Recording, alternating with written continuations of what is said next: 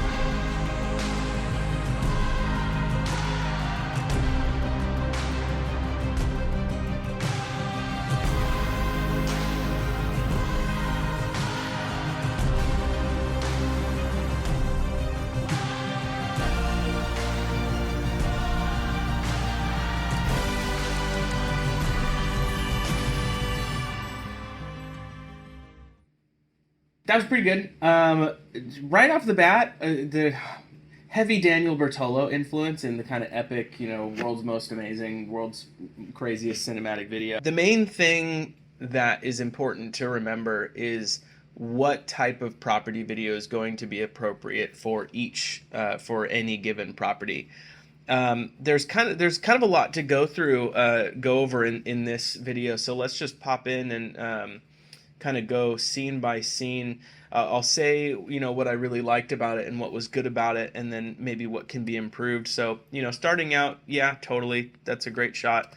Shows the roof of it. I think the pacing needs to be just a little bit slower, and also shots like these, where if you're going to do a detail shot, make sure it's smooth. Because if you flip back and forth and do it a bunch of times, you can see that the camera is moving around a lot. So either have your in-body image stabilization or apply a warp stabilizer after the fact, and that should serve you a whole lot better. And then this shot too, yeah, that's fine. Establishing the area, showing the house. You've got day to night transition, which is really cool. And then, the Daniel Bertolo zoom transition and blur effect.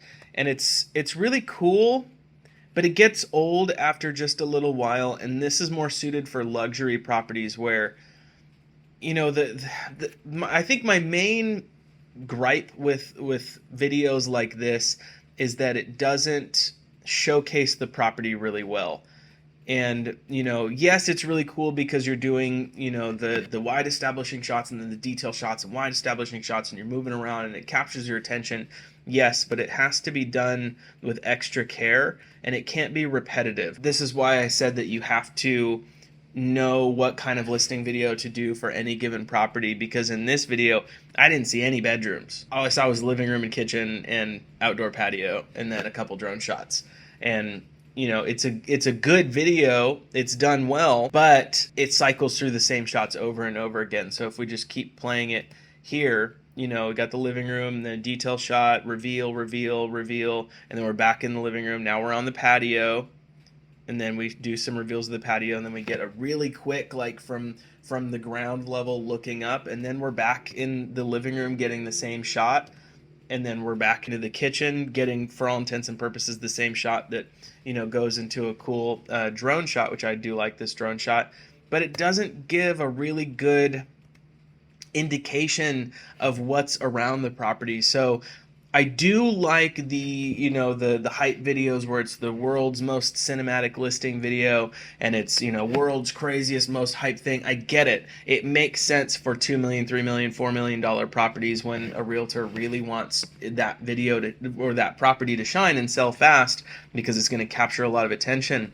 But I don't think it's necessary for a property like this. And if anything, I think it takes away. This property looks like a larger property, but we're just showing the same thing again and again and again and again. It's not going to do anything to serve the sale of the house. I think this is probably like a 2,500 square foot property. I think it's pretty big.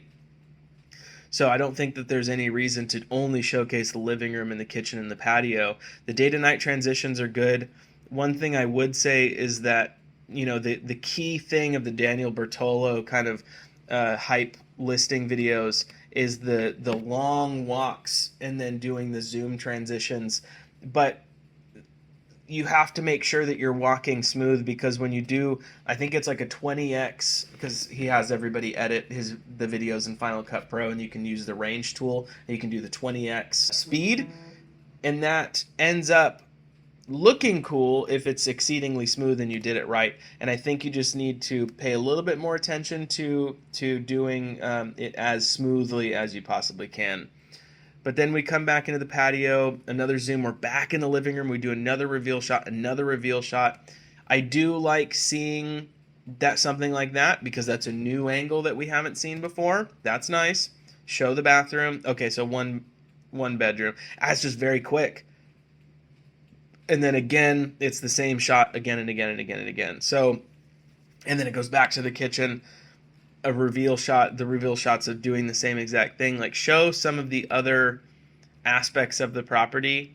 And in this case, I would have done just a slow cinematic listing video where it's, wide. You can do the wide reveal, detail, zoom transition, slow it down a little bit, show each, the main allure of the Daniel Bertolo style things is that he starts out the property and then he does all the interior, and at the end he ends the video doing the same shots that he started with, but in reverse order, and it does a really good job of like completing the video. In this case, it's just kind of repeating the same areas again and again, and I don't think that serves the property really at all. And then shots like that, when they're really quick, but then there's a lot of movement, like you can tell you're just walking, got to be a little bit smoother. That's fine, showing the big. Maybe it's just a personal preference thing, maybe it's just a taste thing, but over and above, the reason why realtors hire real estate photographers is to help sell a property and generate attention. And I do think that these style edits help to generate attention, and I think that it does its job. But you have to make sure that if you're wanting to do something like this, that you're doing it correctly, and I think you're 80% of the way there, but show more of the property. I would have liked to have seen the little side yard right here with all the chairs right here, a little bit of focus on that, maybe from up here looking down. If the bedroom, and we only saw one bedroom, it was exceedingly quick. Let's see if I can cycle through here.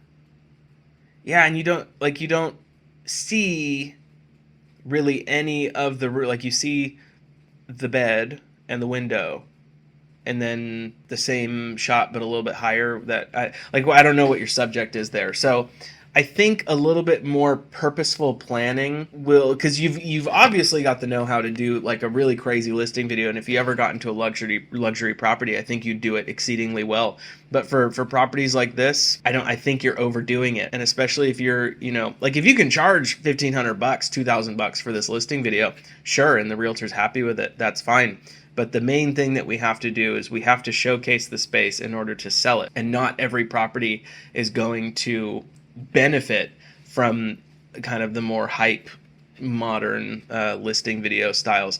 That's really suited for large open floor plans, 4,000 square feet, something like that.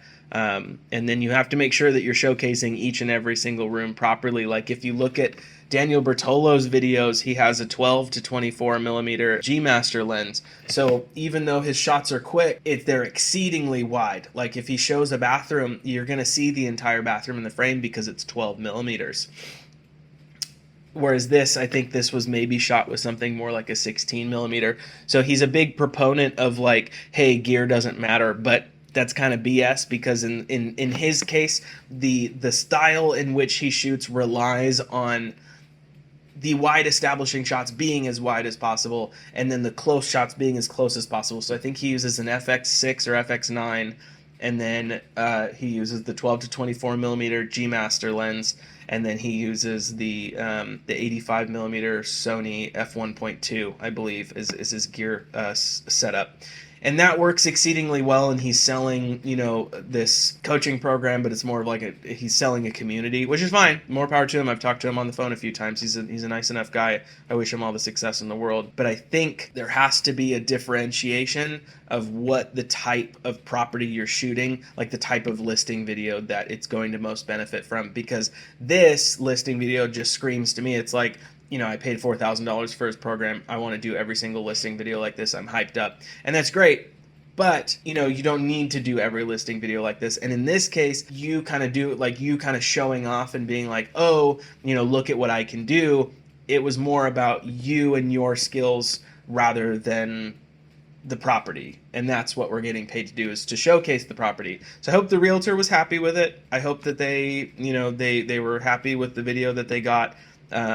You've established that you're good at what you do up to about 80%. So that next 20% you need to focus on your composition, not repeating the shots again and again, showcasing the space in the best light, and deciding what type of property video you want to do for any given property to best showcase the space. So that's what I wanted to go over.